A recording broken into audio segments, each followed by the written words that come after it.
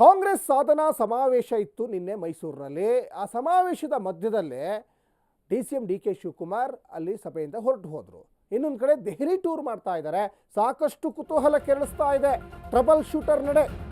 ಕಾಂಗ್ರೆಸ್ ಸಾಧನಾ ಸಮಾವೇಶ ಮಧ್ಯೆ ದೆಹಲಿ ಟೂರ್ ಅನ್ನ ಮಾಡ್ತಾ ಇದ್ದಾರೆ. ಸಾಕಷ್ಟು ಕುತೂಹಲ ಕೆರಳಿಸ್ತಾ ಇರೋದು ಅಂದರೆ ಡಿ.ಕೆ. ಶಿವಕುಮಾರ್ ಅವರ ನಡೆ. ರಾಹುಲ್ ಗಾಂಧಿ ಭೇಟಿಗೆ ಹಾಗಾದ್ರೆ ಹೊರಟ್ರ ಡಿ.ಸಿ.ಎಂ. ಡಿ.ಕೆ.ಶಿ.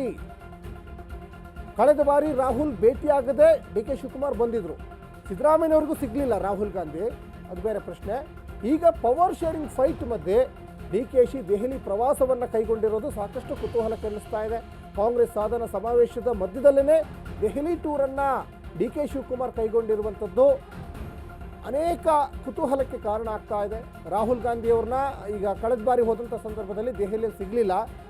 ಇನ್ನು ಸಿ.ಎಂ. ಡಿ.ಸಿ.ಎಂ. ಇಬ್ಬರು ಕೂಡ ದೆಹಲಿ ಪ್ರವಾಸವನ್ನು ಕೈಗೊಂಡಿದ್ರು. ಆ ಸಂದರ್ಭದಲ್ಲಿ ರಾಹುಲ್ ಗಾಂಧಿನ ಭೇಟಿ ಆಗಬೇಕು ಅಂತ ಸಾಕಷ್ಟು ಪ್ರಯತ್ನ ಪಟ್ಟರೂ ಕೂಡ ಡಿ.ಕೆ. ಶಿವಕುಮಾರ್ಗೆ ರಾಹುಲ್ ಗಾಂಧಿ ಸಿಗಲಿಲ್ಲ.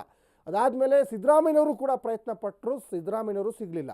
ಆದರೆ ಸಿದ್ದರಾಮಯ್ಯನವರಿಗೆ ಇದೇ ತಿಂಗಳ 30ನೇ ತಾರೀಕು ದೆಹಲಿಗೆ ಬುಲಾವ್ ಕೊಟ್ಟಿದ್ದಾರೆ. ರಾಹುಲ್ ಗಾಂಧಿಯವರೇ ಕೊಟ್ಟಿದ್ದಾರೆ. ಅಂದರೆ ಅದು ಯಾವ ವಿಚಾರ, ಬೇರೆ ಬೇರೆ ಒಂದಿಷ್ಟು ಸಂಪುಟ ಪುನರಚನೆ ಇರ್ಬೋದು ಅಥವಾ ಇನ್ನೊಂದು ಬಿಹಾರ ಚುನಾವಣೆ ನಿಮಿತ್ತವಾಗಿ ಕರೆದಿರ್ಬೋದು, ಗೊತ್ತಿಲ್ಲ.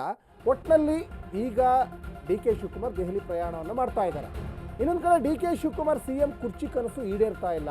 KPCC ಪಟ್ಟದ ಮೇಲೂ ಕೂಡ ಸಿದ್ದರಾಮಯ್ಯ ಆಪ್ತರ ಕಣ್ಣಿಟ್ಟಿದ್ದಾರೆ. ಅನೇಕ ಟೆನ್ಷನ್ಗಳು ಈಗ ಶುರುವಾಗ್ತಾ ಇದ್ದಾವೆ. ಅಧ್ಯಕ್ಷರ ಬದಲಾವಣೆಗೆ ಸತೀಶ್ ಮತ್ತು ಪರಮೇಶ್ವರ್ ಈಗ ಪಟ್ಟು ಹಿಡಿದಿದ್ದಾರೆ. ನಿರಂತರವಾಗಿ ಡಿ.ಸಿ.ಎಂ. ಡಿ.ಕೆ. ಶಿವಕುಮಾರ್ಗೆ ಹಿನ್ನಡೆ ಆಗ್ತಾ ಇದೆ.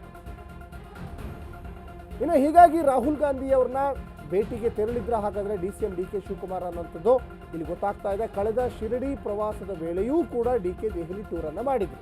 ಇದೀಗ ಮತ್ತೆ ದಿಢೀರ್ ದೆಹಲಿಗೆ ಡಿ.ಕೆ. ಶಿವಕುಮಾರ್ ತೆರಳ್ತಾ ಇದ್ದಾರೆ. ಸಾಕಷ್ಟು ಅನುಮಾನಕ್ಕೆ ಎಡೆ ಮಾಡಿ ಕೊಡ್ತಾ ಇರೋದಂದರೆ ಇಲ್ಲಿ ಸತೀಶ್ ಜಾರಕಿಹೊಳಿ ಅವರ ನಡೆ ಸಾಕಷ್ಟು ಕುತೂಹಲ ಕೆರಳಿಸ್ತಾ ಇದೆ. ಯಾಕಂದರೆ 2024ರ ಲೋಕಸಭಾ ಚುನಾವಣೆ ಆದ ನಂತರ ಕಾಂಗ್ರೆಸ್ ಪಕ್ಷದ KPCC ಅಧ್ಯಕ್ಷರ ಬದಲಾವಣೆ ಆಗುತ್ತೆ ಅಂತ ಕಾಂಗ್ರೆಸ್ ಹೈಕಮಾಂಡೇ ನೋಟ್ ಬರೆದಿದೆ ಅಂತ ಸತೀಶ್ ಜಾರಕಿಹೊಳಿ ಆಗಾಗ ಹೇಳ್ತಾ ಇದ್ರು. ಹಾಗಾಗಿ ನಾವು ಒನ್ ಮ್ಯಾನ್ ಒನ್ ಪೋಸ್ಟ್ ಅನ್ನುವಂಥ ಮಾತು ಕಾಂಗ್ರೆಸ್ ಪಾಳ್ಯದಲ್ಲಿದೆ. 4 ಪೋಸ್ಟನ್ನು ಡಿ.ಕೆ. ಶಿವಕುಮಾರ್ ಇಟ್ಕೊಂಡಿದ್ದಾರೆ. ಹಾಗಾಗಿ KPCC ಸ್ಥಾನ ಏನಾದರೂ ಕೈ ತಪ್ಪುತ್ತಾ ಅನ್ನುವಂತಹ ಆತಂಕ ಸಹಜವಾಗಿ ಡಿ.ಕೆಗಿದೆ.